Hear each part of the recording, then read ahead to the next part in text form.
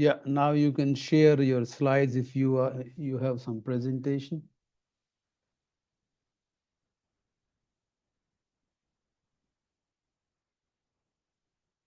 Let me put this full screen, make sure everyone can see. Yeah, make it a presentation mode. Yeah, can everyone see that? Yeah,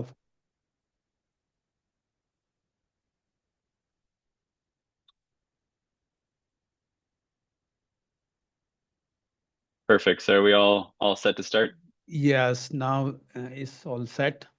Let me Okay. introduce Dr. Evan Griffith is a seasoned academic and the practitioner. He is basically veterinarian. It's difficult to pronounce this word. So he is the veterinary expert, and his expertise actually is rare because most of the veterinary people, they have been into their profession, particularly into the medicine of, I mean, the veterinary medicines. But like combining the pastoralism and the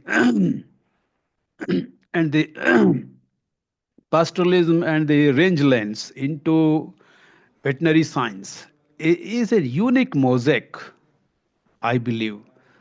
So we are very glad that he first of all accepted for taking a role of the instructor, number one. So as he has prepared the material, and you can see the 2.5 unit and 2.6 are written by him, and he has weaved with beautiful case studies, videos, and the text based on his experiences.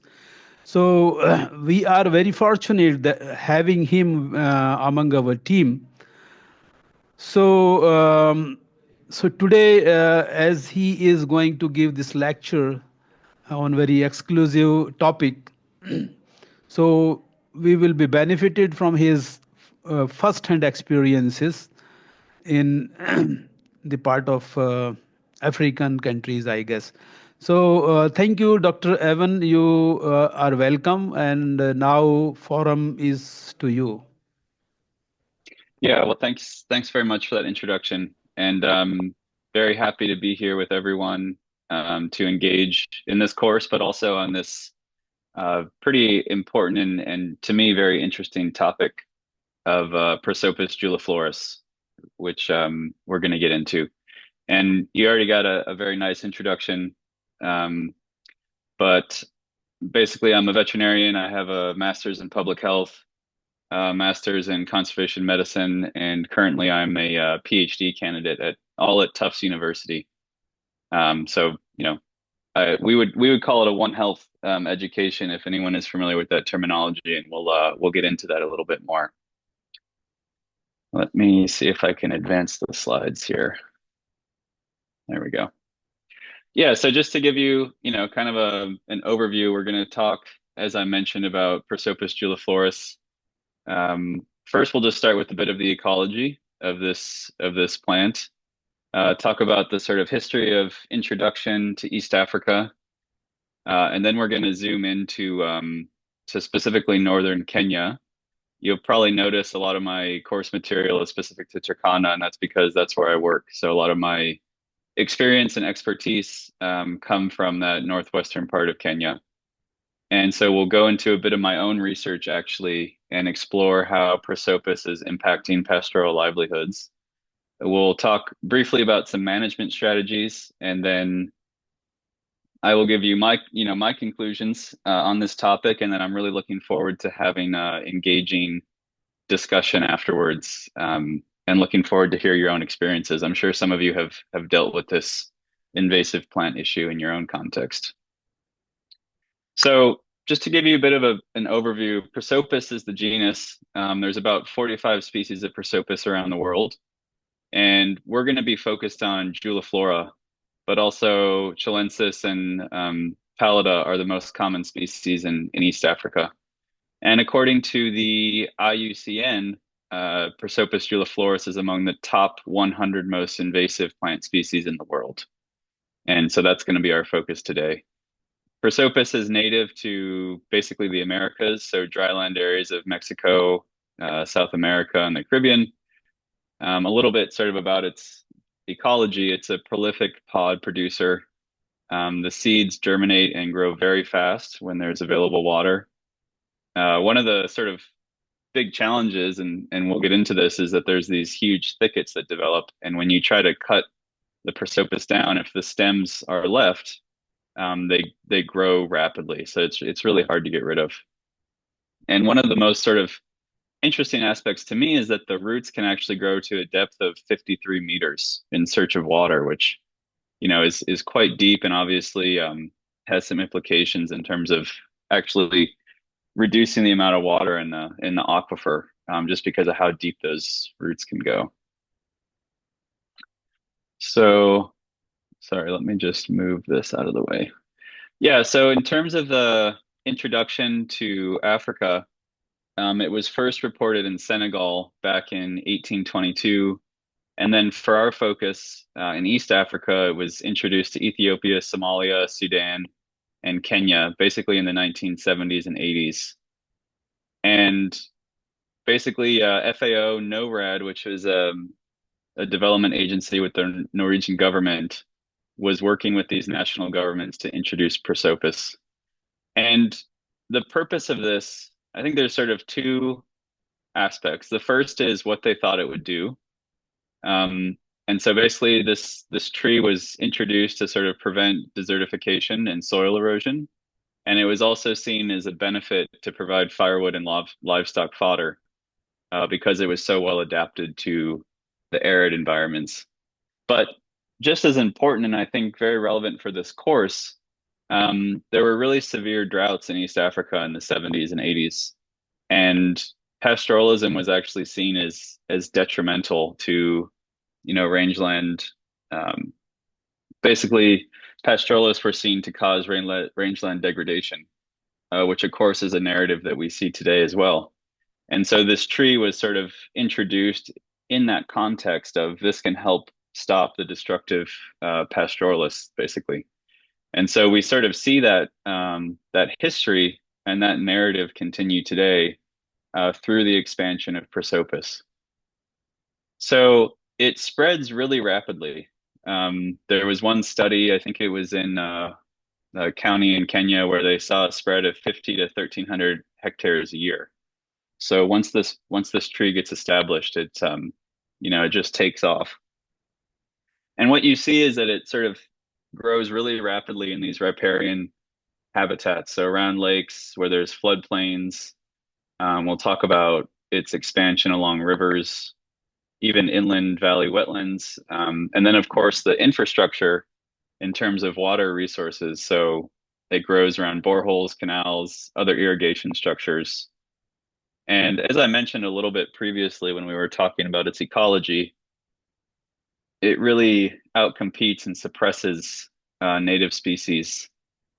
And specifically, it's actually quite interesting. It produces chemical compounds in its leaves that actually suppress the growth of other plant species around it.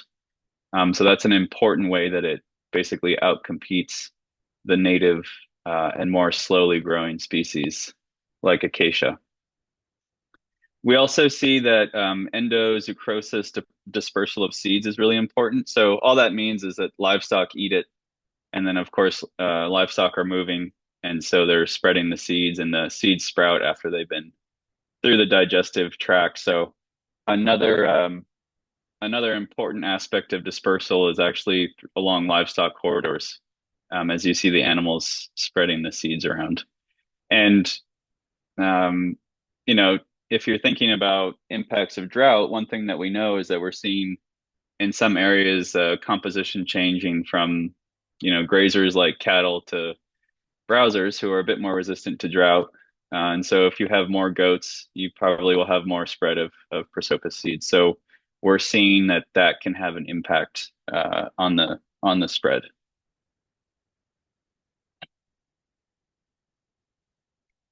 So this this is just to give you an idea of the distribution. So in Somalia, the Dalau and Ballet districts have a lot. An estimated 550,000 hectares in Somaliland is covered by Prosopis. In Ethiopia, estimated 1 million hectares has Prosopis. Estimations of 12% of the Afar region, and especially Afar and Somalia regions in the east and southwest or southeast, excuse me. And we also see in the SNNP and Tigray regions that this is spreading.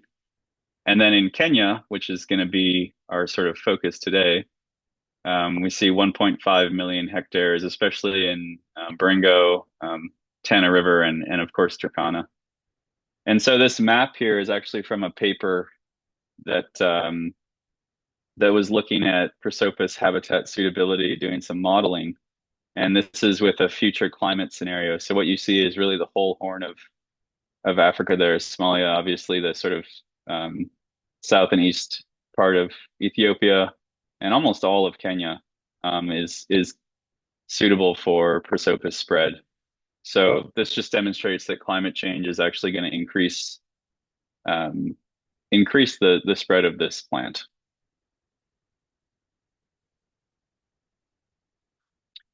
So this is just a bit of a video here that kind of shows you in Baringo County what happened with Prosopis. So hopefully it'll work for us.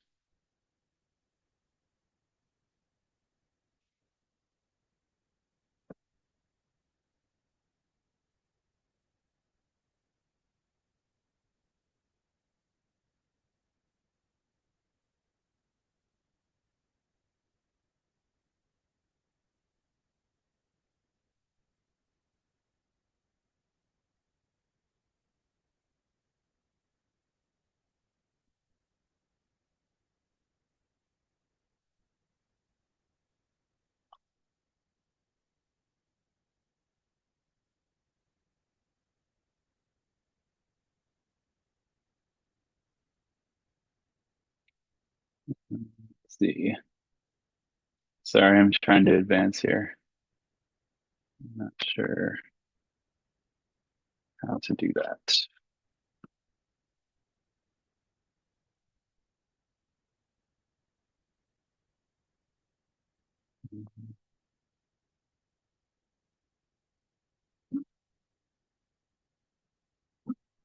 Sorry, I just need to stop sharing here and advance the slide. My apologies on that.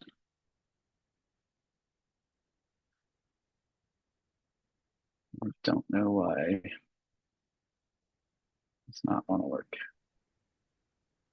Sometimes if you press the escape button, it works, but Yeah, I did that. Here we go. Now it's working again. Sorry about that. I got trapped in YouTube, but we're back now.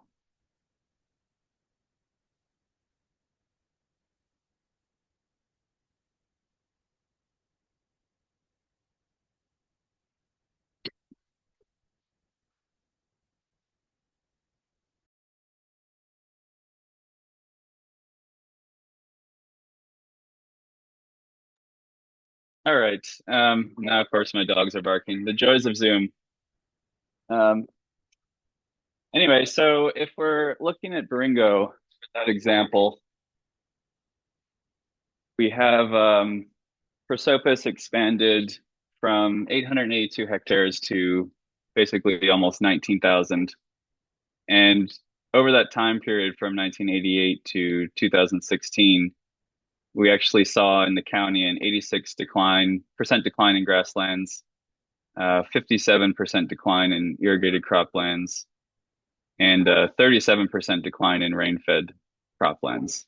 And the authors of this paper, which you can look up, it's a good paper, estimated that Prosopis caused over 30% of these negative changes, and was the most important cause of a decrease in grasslands and croplands in Baringo. So what we're seeing is that this plant species is actually causing landscape level changes in vegetation composition and decrease in biodiversity, that kind of thing. So now I want to switch our focus a bit here to Turkana, which, as I mentioned previously, is where I work. So Prosopis is referred to as Edaray in Turkana, so I'll just use that name when we're talking about it. But we really see it's ubiquitous and is spread, as this picture shows, into farmland, pasture, and along rivers and floodplains. And so this these are two maps.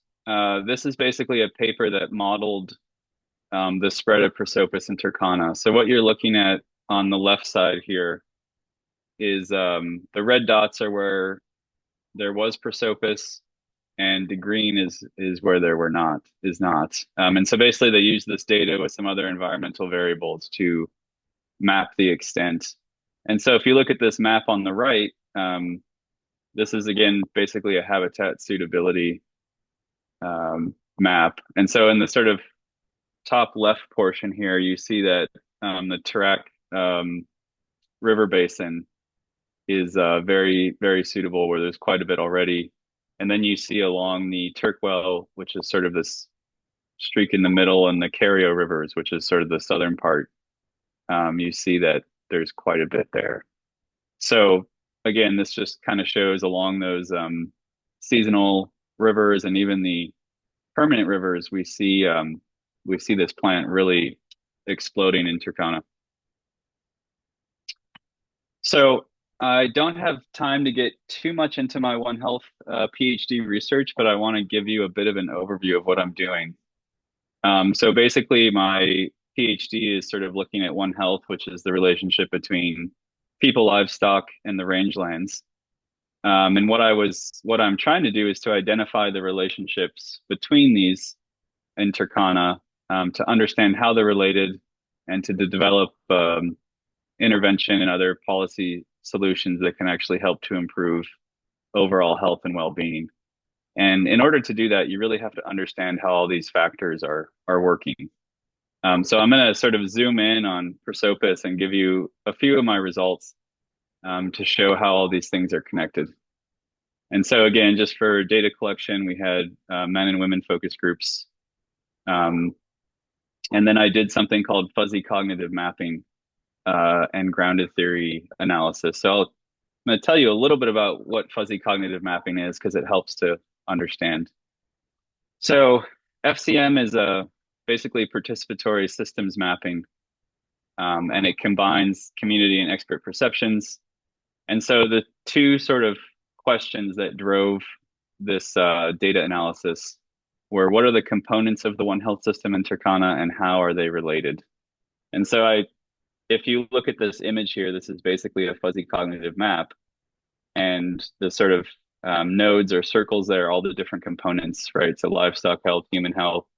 Of course, we have water, pasture, insecurity, access to services. And the green arrows are direct relationships, which means as one increases, the other does as well.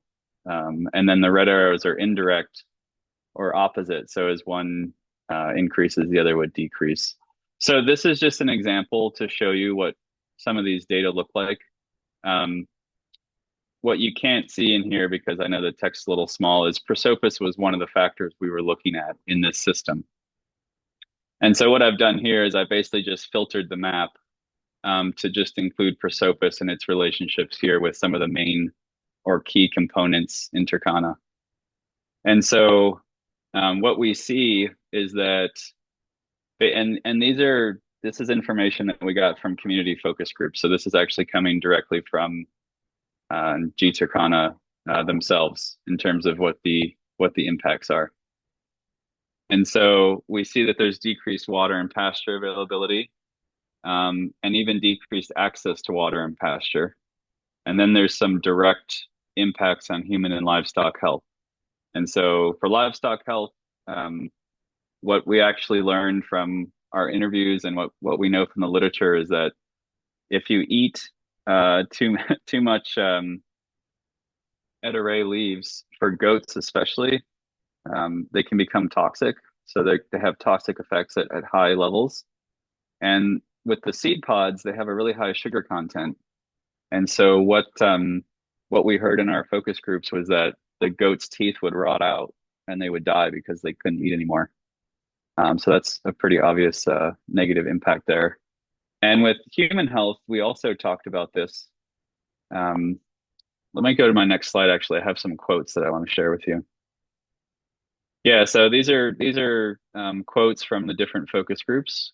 So this first one, the tree affects grass production, decreases water availability, and absorbs all nutrients, which is why it's always green. So that kind of shows that idea of competition and suppressing the other plants around it.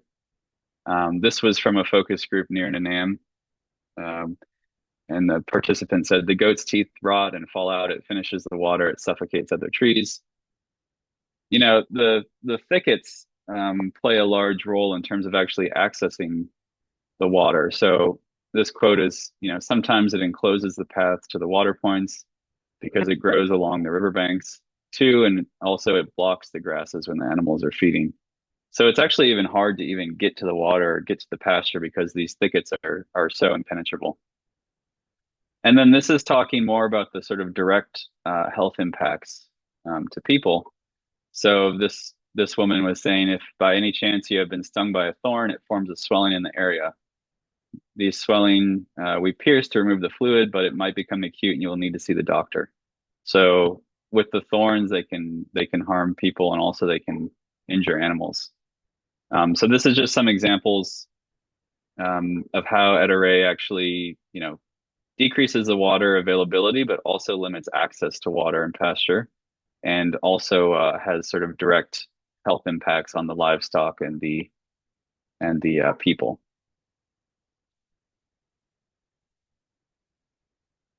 So, you know, just a couple sort of takeaways from this. Obviously, I've just shown you a very, you know, small portion of the research, but we noticed that women especially were, you know, sort of focused on EDARA, and that's really because of their sort of livelihood and activities that they do every day. So women in Turkana are primarily in charge of fetching water and also watering the livestock at the watering holes. And so their perceptions and knowledge of how EDARA has influenced that, you know, it's a big issue for them. And also they talked about, in that quote about getting stung by the thorn, they were actually discussing gathering firewood. And so when they're out trying to gather firewood, they can get injured by Prosopis. You know, aspects around livelihoods and animal health. We know, as I mentioned, that the actual leaves can be toxic to livestock. What we heard during our focus groups is that when there's a drought, Prosopis or EDARA is actually the only sort of food source that's available sometimes, because it has those deep roots and it can basically, you know, continue to access water year round. And so the livestock don't have much else to eat. And so when they're eating, you know, all of the EDARA pods and the leaves during a drought, that's when they start to see those sort of overconsumption impacts. And as I mentioned, the pods cause the teeth to fall out. There was actually a court case in Kenya. Some of you, I don't know, may have heard of this, where someone from Baringo brought a goat to a courtroom in Nairobi that had no teeth and was suing the Kenyan government for introducing Prosopis to Baringo. So kind of a big thing in the news at the time, but it just sort of shows what these impacts are. And then we did hear a couple things, you know, in terms of the sort of opportunities or potential benefits. So one woman told us that we use EDARA for firewood. We don't have a problem accessing it because we have the initiative to chop it down and it never runs out. We use our panga to cut them down. So this sort of shows that when we start talking about potential benefits or opportunities, that you know, there are some things that people are already doing in that regard. So now we're going to move on to potential management strategies. And these sort of are grouped together under containment, control, eradication, restoration, and utilization. And a lot of this data came from this review. And so basically what this image is showing you is where the different case studies for Prosopis management came from. So you can obviously focus in East Africa. And in this review, I think there was somewhere around 60 something studies that they looked at. And this is just showing you where the sort of studies came from. Ethiopia and Kenya had the most there. And then what this was separated into in terms of management strategies. So utilization was the most. Then we had restoration, eradication, and containment. Sort of fewer studies were looking at that. So when we are thinking about, potential strategies or what we're going to do about Prosopis, utilization is sort of the first thing that comes to mind. And the idea is that there could actually be some livelihood benefits here. So this is just summarizing some of the possible uses for the tree. So charcoal production probably being the most common. And, there's some efforts in Kenya to sort of build up a charcoal production industry around Prosopis because it's profitable and widely traded in many regions. And I can tell you from my own experience in Turkana, one of the big issues is deforestation in terms of especially cutting down the acacia trees. Iwoi is the name in Turkana.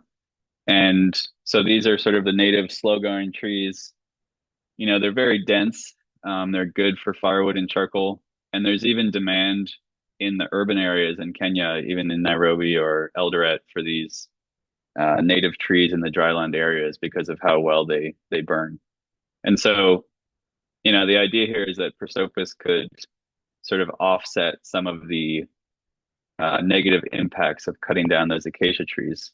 And of course, the acacia pods are also a critical food source for livestock, especially during the dry season or during times of drought. So again, can we offset some of this, deforestation of the native species? Of course, fuel wood and timber for construction. So another sort of emerging industry around Prosopis is basically cutting down the tree and using it for timber to build houses. And actually, if you're around on Kakuma, in that part of Turkana, you'll see people transporting basically big Prosopis, trees that they've cut up for this purpose and selling them at the market. And so could that actually, support livelihoods and be a sustainable use? There is some efforts to use Prosopis for animal feeds. So basically processing into livestock feed that's high in carbohydrates and protein. That obviously requires some facility or some way of processing them. And so you kind of have to think about the feasibility of some of these things in the A-cell areas and how likely they are. There's very early sort of stages of looking at, I see I have a typo here. So basically making flour for human consumption, in terms of can that actually be used for human food? This is not widespread at all. I think there's maybe one or two examples in the literature, but it's potentially an opportunity to, again, see what the possible benefits are. In some instances, Prosopis can help with erosion control and sort of stabilization. But I think, it's important to realize that was sort of the initial thought around this tree. And we've seen what all the negative repercussions and harms have come out of it. So I'm not convinced that sort of the ecosystem service aspect is certainly not going to outweigh all the negative aspects. And then you could also see Prosopis in terms of sort of a source of nectar for pollinating insects. So that would be another example of a benefit or an ecosystem service. And we don't know to what extent the use of these methods can be practically sustained to control further invasive spread. So I think there's a lot of ideas out there about, possible uses, but we don't have the information to show that these possible uses can actually make a significant dent in decreasing Prosopis in terms of its spread. It seems to be able to kind of, go where it wants to, basically through all these different dispersal methods. So another option would be complete or partial control. And I just put feasibility here because I think it's important to think about, can we actually get rid of this? Knowing what we know about the plant, that it resprouts very quickly, that its seeds germinate rapidly, that kind of thing. So there are some examples of basically mechanical removal with bulldozers or other heavy machinery. There's some obvious limitations with that. So obviously high costs. Reinfestation is very common. Like I said, it's really hard to get rid of. And then you basically have to continue doing that over a long time period. And that obviously becomes expensive and difficult to manage.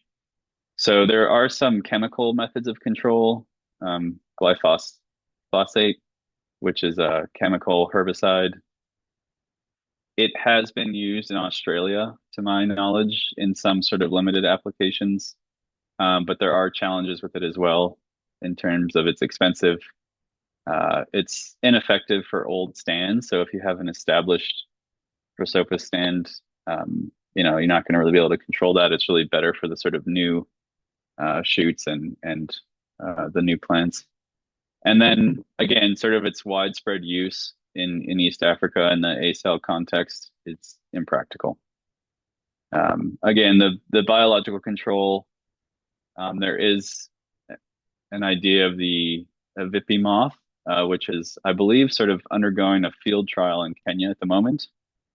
It has some success in Australia. This is basically a natural predator of Prosopis from the Americas. And there's some limited trials in South Africa. I think for me, the issue around biological control is, we've introduced one thing and it's turned out to be disastrous. So is it really a good idea to introduce another?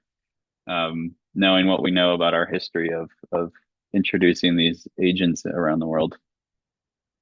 And then another suggestion for control is actually containment of livestock. Because as I mentioned previously, we know that the animals will eat the seed pods and then spread the seeds as they move. So you really have to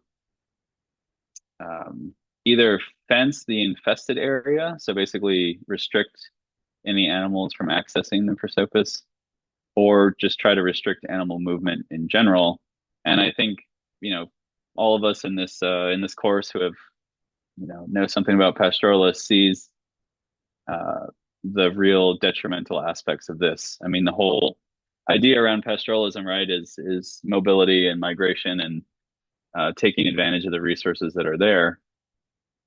And it is incredibly impractical to think that you're going to fence in areas that have Prosopis. As I showed you in those maps earlier on, it's all along the waterways. You can't fence the entire river. It just doesn't make sense.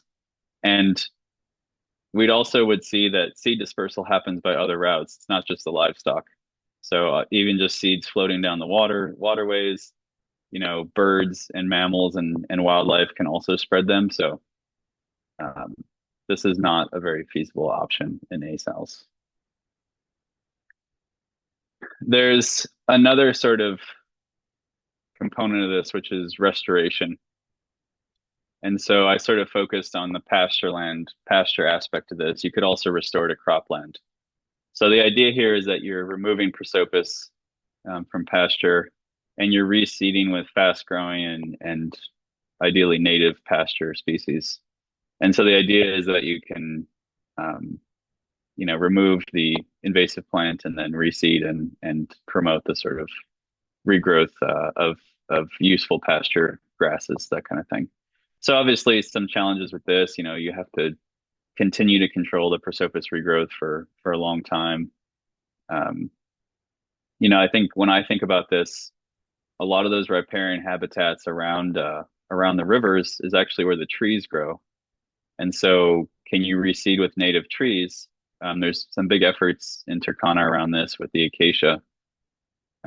And, again, that requires even more control in terms of the acacia saplings are going to be growing much slower than the others, than the Prosopis.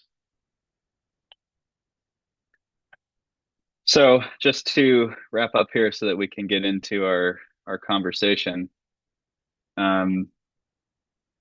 I think Prosopis is a really interesting example of the sort of narrative about pastoralists as destructive, that came out of colonialism and the colonial mindset, and has certainly continued to the present day. And so Prosopis was seen as this, option to sort of reduce degradation, stop desertification, and sort of, protect the environment. At the same time, it was supposed to provide, firewood and livestock fodder and all these things. But what we saw instead is actually these landscape scale changes in vegetation structure that's happening across East Africa. Some of those numbers of the percent of grassland lost, et cetera, in Baringo that we saw earlier in the presentation. And this is really happening in these riparian habitats along the rivers, the lakes, irrigation canals, floodplains, that kind of thing. We are seeing these changes exacerbated by climate change and an increase in temperature, which makes the habitat more suitable for Prosopis. Of course, this is contributing to biodiversity loss and loss of ecosystem services. As those examples that I showed you from Turkana show, obviously the browsing and grazing and water resources are critically important for pastoralists, of course. And when Prosopis is either decreasing the availability by outcompeting those species, or decreasing the water available in the aquifer, or actually just physically limiting access because of how the thickets grow, that has a real impact on pastoral livelihoods that revolve around, accessing those resources with their animals and for themselves, of course, when we think about water. So my personal opinion is that this really requires a combination of management strategies, and I'll be interested to, talk with you all about what you think about that in terms of what strategy is best suited. I don't believe that there's a one size fits all approach, because obviously the impacts of this are going to be, different in each instance, and also where the growth and expansion is, and what can be done in terms of trying to control it.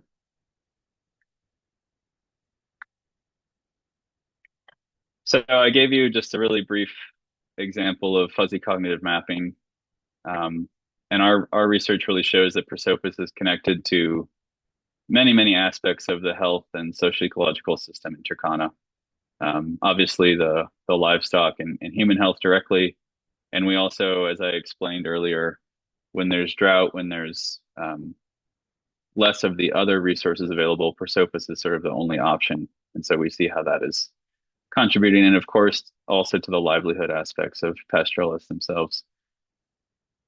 And I believe that this requires a cross-sectoral approach, so that we have health and ecological and economic stakeholders involved. And so what I'm advocating for Prosopis, there's many One Health platforms in East Africa that are well established. And if you take the example of Kenya, of course, there's the ZDU, which is the Zoonotic Disease Unit, which is at the national level. And then at the county level, you have quite a few structures in place. So for the example of Turkana, there's the County One Health Unit that directs One Health initiatives and policy in the county. And these sort of governance structures already exist in places where Prosopis is, a big issue. And so what I'm saying is, instead of sort of trying to create new mechanisms to control this, I believe that we can actually harness the One Health platforms and coordination mechanisms for, policy management and research. So why create a new sort of parallel structure when we already have these structures in place? And to me, Prosopis is a One Health, eco-health challenge. And so these coordination bodies are set up very well to deal with it. And then these are just some of my ideas in terms of research and policy directions. And so I think looking at the mechanism of spread across different sites, how do the different environmental variables, livelihood activities, and that kind of thing contribute? We know that there are real consequences to Prosopis in terms of livelihoods, but actually measuring the economic impacts is quite an important aspect.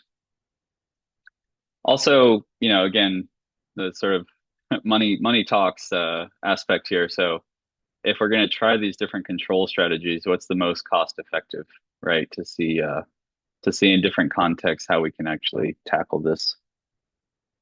And also thinking about policies and guidelines for management, those are very underdeveloped. Really, Prosopis, which has been around for, over 40 years now, has just sort of recently come to the forefront of knowing how much it's impacting pastoral livelihoods. And another area for investigation is sort of assessment tools for the prevention of future invasion. So what can we do in these places where it hasn't gone yet, but we know that it's going to be suitable in the future? So how can we sort of prevent future spread? And then also information sharing, education, and awareness. Like I said, it's been around for a long time, but there's still not a lot of attention on it. And to me, it's a very important thing if you visit any of these ACEL areas to focus on. So before I get to the discussion questions, I think I'll just stop there and maybe allow anyone who wants to ask any questions or bring in your own experiences dealing with this. It would be great to hear from you. But I'm happy to answer any questions if anyone has any. Yeah. Good evening, Dr. Ivan. This is Isaac from Morocco. Isaac, how are you? I'm good. How are you? I'm very good. Yeah. Thank you. My question is more of a worrying question. Mm-hmm. When you take, for example, the sites of Loima and West Turkana, these are major pastoralists that graze, on the upper altitude. That's the Ugandan part of Karamoja. Mm-hmm. I think it should be a worry in that it may not take long for us to experience a tirai, growing in these areas. And I think already this has been cited in areas of Moroto and the Kidepo National Game Park. So for such, for early preparation, or elimination of this, what could be done such that, because a majority of livestock from Turkana graze in the Karamoja during dry season, and if we take for example during the executive order 3 by the president of Uganda when the Turkana were expelled, they would graze at night. So from the borders of Lokriama, they release their animals to come and graze at night on the Ugandan side. And at daytime, I'm sure they're there, perhaps also grazing on Naitirai. So I'm just worried that it will be no time that this might, or it might already be in, because like I said, it has been cited in areas of Moroto. So what best strategy could help to avoid or reduce its spread? Thank you. Yeah, no, I think that's thanks for the question, Isaac. And I think the way that I would look at it is sort of when we think about issues around transboundary disease, right? So we know that when the Turkana and the Karamojong animals are mixing with that very common sort of seasonal migration across into the border, we know that we have an increased risk of disease transmission. And the same thing with the Turkana animals sort of bringing the Prosopis seeds, across. So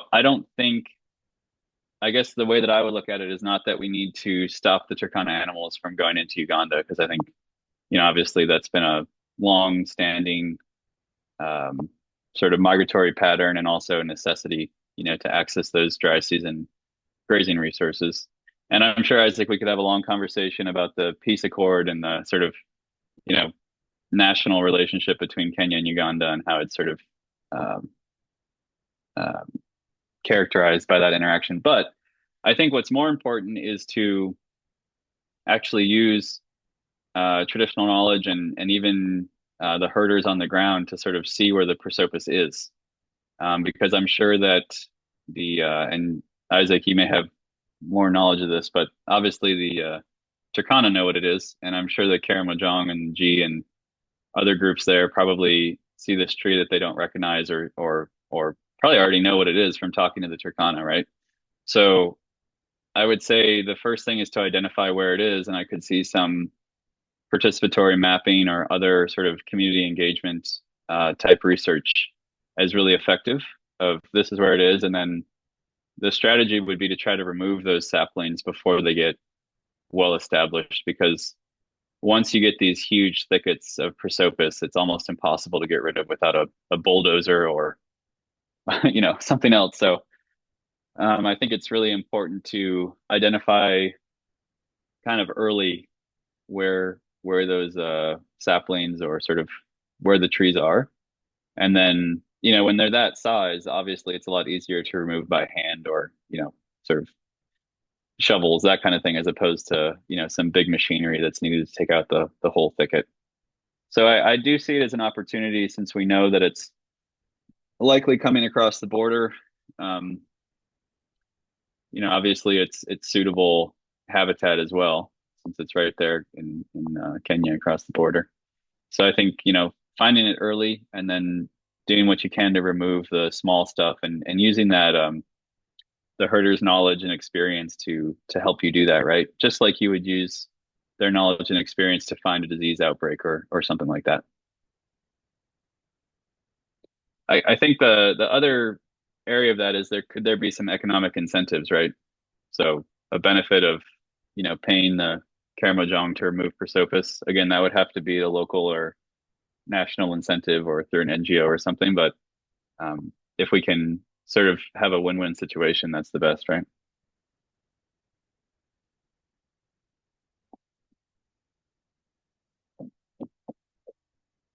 Any other questions before we get to the discussion questions? Hi, Evans. Hi. Thanks for your presentation. Thanks for the very nice presentation. I'm from Kenya, Marsabit region specifically. Oh, great. And as you truly put it, this Prosopis is becoming a menace in many parts of Kenya, especially currently in eastern parts of the country, Marsabit specifically. Mm-hmm. The challenge is the local communities really having difficulties on how to control these trees. It is an invasive species which is growing at very high rate.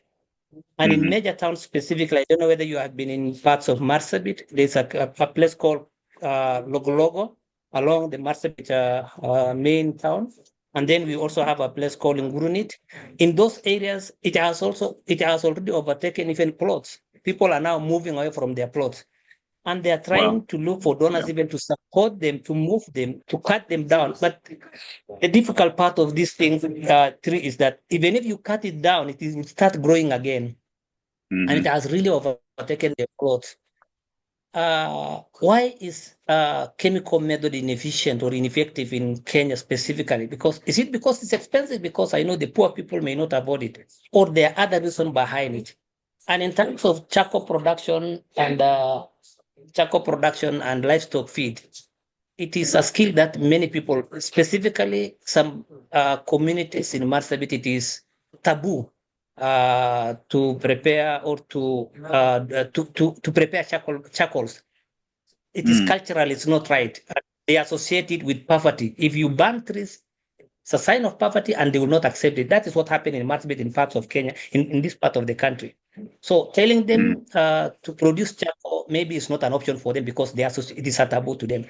But in terms of livestock feed, you have an example. If you have been in Turkana, the system is more or less the same. These are large pastoral communities who are practicing pastoralism, and they have a large number of animals which are moving further, looking for grazing. So cutting down and feeding it livestock may not be practical. This could only be practical in areas like Baringo, whereby you have small stocks and they are around home. You can cut it down, or you can produce some multi-urea blocks whereby it's a sort of feed additives, whereby you add molasses and then feed with livestock. In this part of the country, it's not practical. Now, my question is, how best can these communities be assisted to remove this menace, because it has really become a menace, and many people are trying. As it is even very nice to have you present this. Many people are looking for how best can our research come into this to bridge this gap, because communities complete they're helpless, and cutting it down, it is now becoming big. It is encroaching into big lands. Getting people cutting it down, these trees becoming very expensive because you can't have them the whole day, 2 days, 3 days working on the field in those areas, cutting down without food and water. And the way it's very hot, the sun is very hot, and they are poor, they don't have food. So it's a bit of a challenge. So how can that be addressed? Thank you. Yeah, well, thanks for your questions and comments, and I think you've raised some really important points. And as you mentioned, the issue is once it gets established, it's so hard to get rid of for all those things that we sort of mentioned earlier in the presentation. So the deep taproot, 50 meters below the ground for the adult trees. The fact, as you mentioned, that when you cut the tree down, if there's still a stump, it'll resprout almost immediately.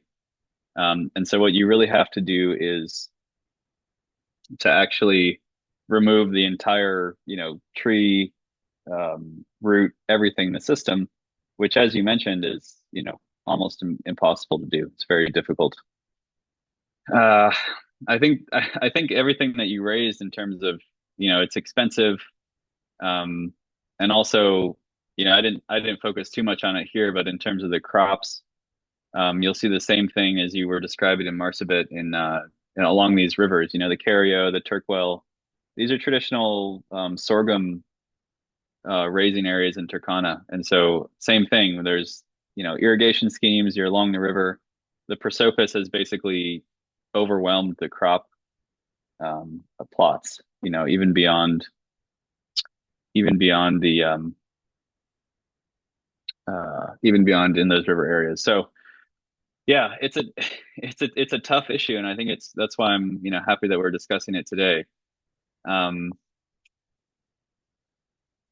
I don't know that there's, in my own opinion, Prosopis is here to stay. I don't know if you feel the same way. I don't think that it's possible to eradicate it given how fast it spreads and how sort of how much it suppresses the other native vegetation. And so that's when we sort of get into the utilization. It's an interesting point that you brought up about the charcoal. Have you had experience in Marsabit with people using it for firewood, just for household use, as opposed to sort of a industry of charcoal production? Yeah, we are trying. I work with development agencies, and currently I work with the county government, but then we have tried to educate community members to use it as a charcoal, cut it down to do fencing. But then it is overwhelming. It is coming. It's really growing. In some places now, they are crying of their plots now. They can no longer eradicate it. It is getting everywhere, and now they have to move and give room for it. It's a bit of a challenge. It is, as you said it, I know the case which was brought in court. And also in Garissa, I know a case whereby they were trying to produce it as a human consumption or as a human cake. There's some cake they are doing, but then that knowledge is not there. And as I wanted to ask some individual favor, if you have those write-ups, please share with us so that we can also educate and also share with the community members. Because I know at the end of the day, necessity is mother of invention. At the end of the day, if it becomes so much, then people will come up with research methodologies and how best to eradicate it. So if you share a document with us, we'll also see how best we can try to educate the community. But here in Marsabit, they have not yet started to produce it as a charcoal. Maybe they may not know because there are other alternatives they have been using. And also, it's only one single community that is producing charcoal in Marsabit. It is as if they associate with taboo, something that they can't. If you do it, there are those hindrances which can hinder them. But I do believe at the end of the day, as you say, Prosopis is here to stay. I fully agree with you because the nature of it, because I have gone to many centers within our county, it is really becoming a challenge, and the community members are now writing proposals on how they can eradicate this. I do remember some development agencies have funded community members in terms of catch for work. You eradicate the tree and yet you get some catch or you get some food items Mhm. so that you'll be supported now to eradicate it. There's such initiatives, but then how best they can use it to produce charcoal, it is not a practice here in Marsabit that they have truly Mhm. embraced. It is not yet there. Yeah, thank you. Well, I think the other issue, and again, this is just from talking to people in Turkana, but oftentimes the native trees are preferred for firewood and charcoal because they're much denser. Because just like bamboo or other fast-growing plants, Prosopis is not very dense because it grows so quickly. So then when you're thinking about firewood and charcoal, it's there. There's a lot of it available, but it doesn't burn very well compared to the acacia, umbrella acacias, and these other sort of slow-growing native trees. And again, just from my own experience, there's a big market in Nairobi for acacia firewood and charcoal because it's preferred for how dense and how well it burns. So I think that's another challenge, which is understandable. But the idea is, can we use it sustainably?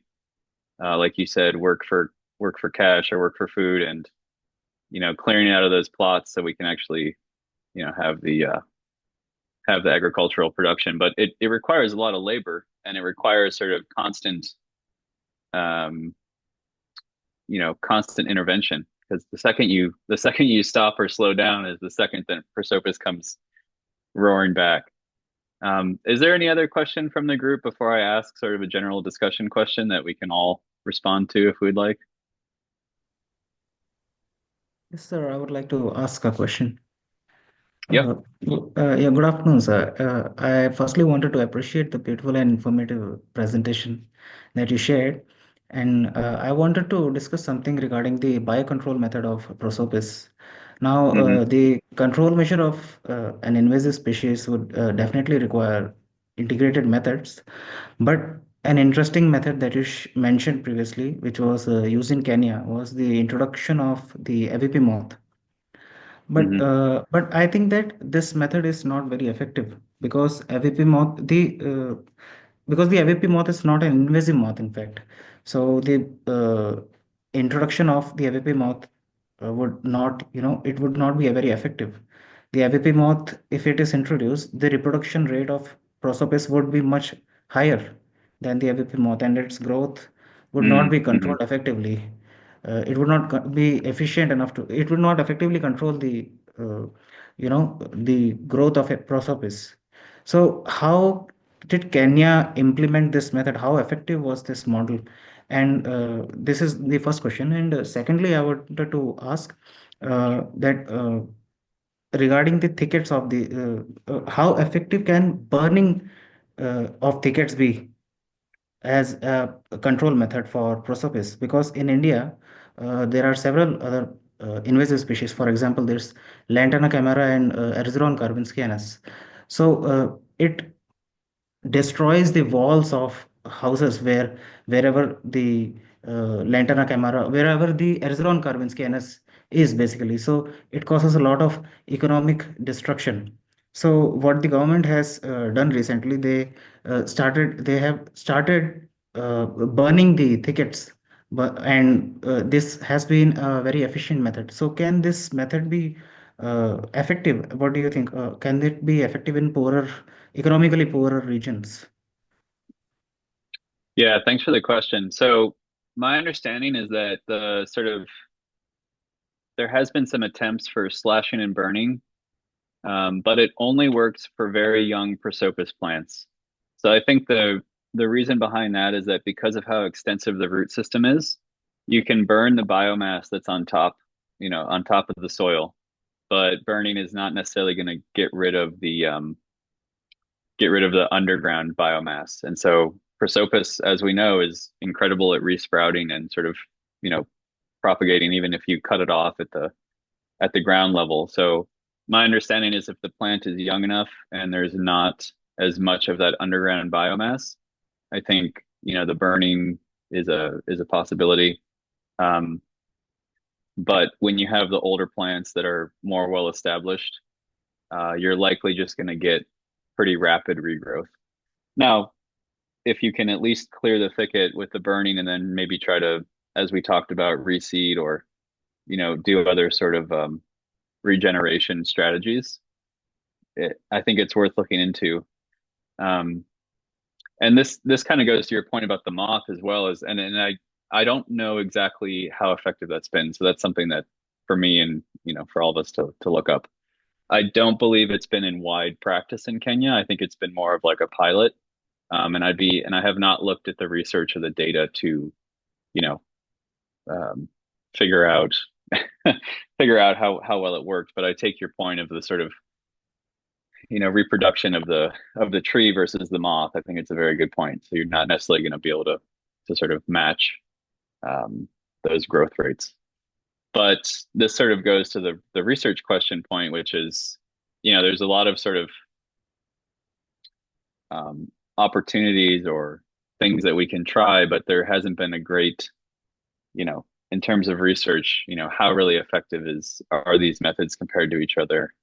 How much do they cost, that kind of thing. So I think we're still in the stages of trying to figure that out. And I see that as a very big opportunity for future work and research.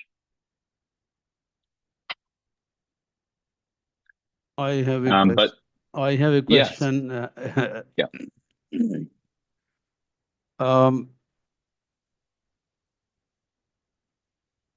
I was listening to your presentation wherein you had mentioned that this species is having allelopathic effect. It suppresses well the other species. Okay. Yes. So is there any research or is there any finding that this species is suppressed by some other species? Like That's this. a good question. Okay, so you understood my questions. So because this species, if this species is suppressing the others, there may be some species which will suppress this.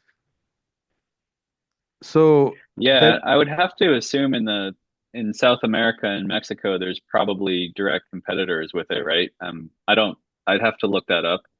I think the issue you get into there is that if you're introducing a different species that suppresses Prosopis, have we just introduced the next Prosopis?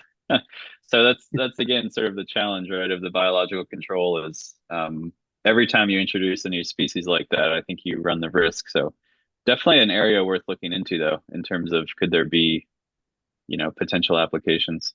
Yeah. So this is one. The other thing is that I also know this species for last 35 years.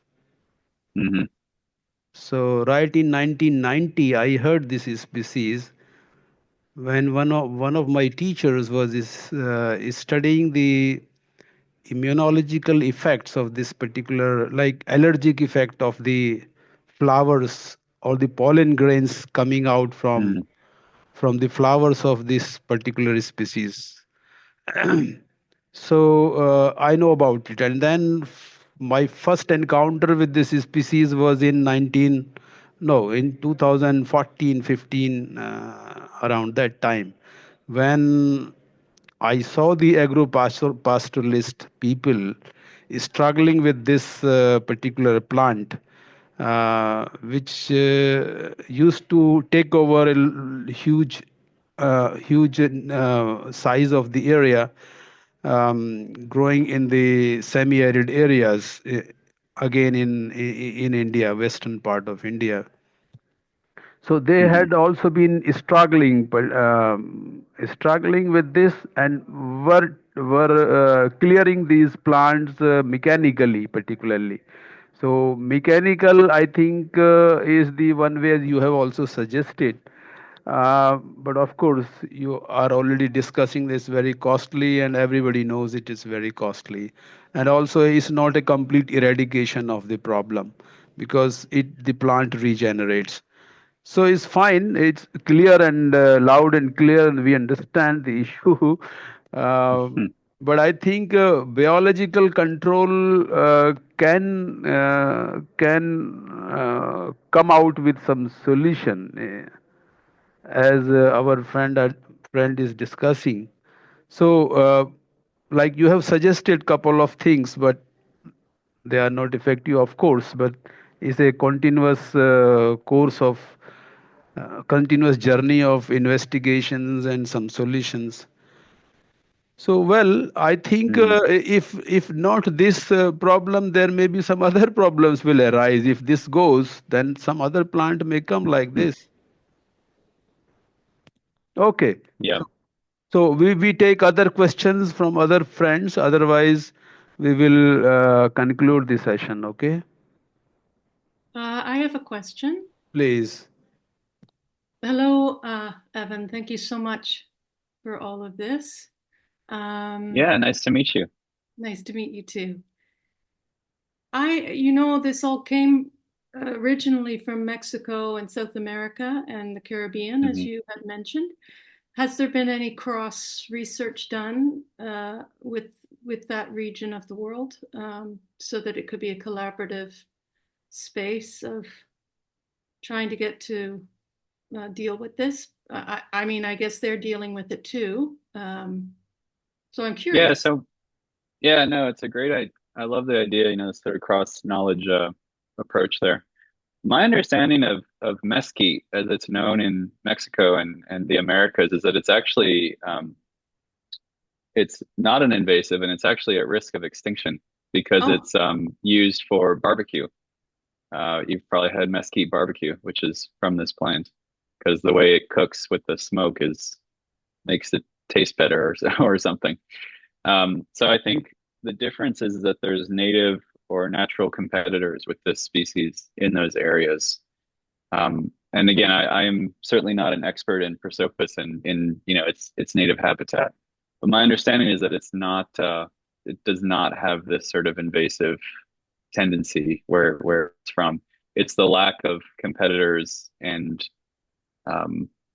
in the tropics that has caused this issue. So that kind of goes back to what we were talking about earlier, maybe, which is what are those competitors in Mexico, or how does sort of those interactions? But I tend to be very hesitant about uh, introducing another non-native species to control the first one that you introduced, because I think we have enough evidence that it's not usually a good approach. But yeah, the mesquite thing is interesting in terms yeah, of maybe we need can to this get be a an economic? barbecue Yeah, chef of Africa on this, and through the food marketing scheme around the world, we could. yeah, But again, yeah, that's an interesting idea. thank you. Yeah, no, thanks for the question. No, it's and I would like to talk to someone who's more knowledgeable than me and sort of explore those avenues about the in Mexico and the Americas. So Evan, I will be interested to explore this science wherein you are saying that in the native environments, this species is not having invasive character. So, mhm, what are the community dynamics? Certainly, there may be some other plants which are not allowing this to take over in that particular plant community. So, what I believe that it is furious only in the non-native environments where it is mhm, receiving the favorable geoclimatic conditions, right? So, so the point here is that if it is not such aggressive in the native environment, then certainly the managers can learn what are the different factors that control it naturally in the original environment, right? So those things can be studied, I think, and can be explored as a point towards the solution. mhm. What do you think? Yeah, I agree. It would certainly be an interesting area of sort of comparative analysis. I still, I guess, tend to think that the solution has to come from sort of a mix and match of this mechanical clearing utilization, sort of at the community level. I mean, that's my own bias, right? I work with community members primarily, and so I see sustainable solutions coming at that level. But certainly worth looking into sort of the ecological dynamics and comparative aspects there.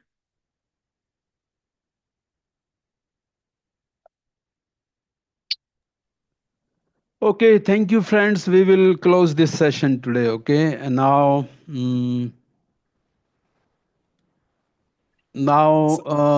yes. Sorry, Dr. Even had a question for us. There's something he wanted to ask all of us before. I mean, it was more of just a discussion point, but I think we've covered a lot in just the discussion naturally. I was sort of wondering what people thought was the most effective management strategy for Prosopis. Obviously, just the kind of few that I mentioned, or in your own experience, what you think would be most effective. Okay, well, so continuing to this session, I like to inform everybody, all participants, that next week we have only 2 lectures. One is on 4th December and another is on 6th December, right? And that will be the last week of this this course. I mean the lessons of this course. And so by this Saturday we will activate the module 3, and next week you will go through the module 3, and there will be, as I said, there will be only 2 Zoom lectures, and then we will conclude. So is there any difficulty anybody is having in operating the platform? The quiz. Yes, please. Sorry, it's me again. No matter. You can come 10 times. Okay. Yeah. There's 2 things that have come up, and I believe one is shared, that there was a link to a PDF, but that link goes to a Nepal PDF, and it does not link to the Moroccan case study. Okay. In which unit you are talking? Oh boy, I think that was 2.3. Whatever yesterday's was. Was it yesterday? It was yesterday's 2.4 unit. 2.4. Okay. Okay, we will find out, please. The Moroccan case study is listed in the further reading section at the bottom, but it's behind a paywall. Okay. Yeah. Thank you for this notice. is great. We will rectify this. What else? Another kind of dumb question in a way, these little questions, but the quiz tests, if they're all going okay, except for one, which I keep getting denied access to put my answers in. I don't know. Okay. Which one? What number it is? My gosh, it was in 2.5. Just tell us the unit number. I think it was 2.4, and then it was a second quiz. Okay. Again 2.4. Okay. Yeah. Okay. I will check it. Don't worry. In traveling through landscapes. Okay. Yeah. Okay. For some, it may be the case that if you tried and you submitted it, you finished it, so the quiz was submitted already. So that may be the case. But anyway, we will check it. Don't worry. Okay. And by Sunday again, all the quiz which are failed already, we're showing the failed. So those entries will be removed. So you will be given a chance again to complete the quiz next week. Okay, then I wait. Okay. Yeah. Oh, yeah. No By this coming Sunday, day after tomorrow, we will remove all the failed entries. I mean. So any other issue with any content, so we will rectify that. You can also mention this in the forum. If some trouble you are facing, then I will be very regular from today onwards. After this lecture, this Zoom session, I will be very attentive to every comment you are writing in forum. Okay. Yes. And Dr. Evan will also attend, maybe today or tomorrow. Yeah, And I'll definitely be on there, and probably throughout the weekend, especially on Sunday. okay, thank you. And from next week, I will be with you all the times. Okay, friends, thank you very much. Now we close, and we give a big hand to Dr. Evan for his nice contribution and very valuable contribution. Thank you. Take care, please. Thank you. Thank you. Thank you. Thank you, Thank you so everyone. much, sir. Thank you so much, Thank sir. you. Bye-bye. Thank you. Bye-bye. Thanks, everyone. Take care.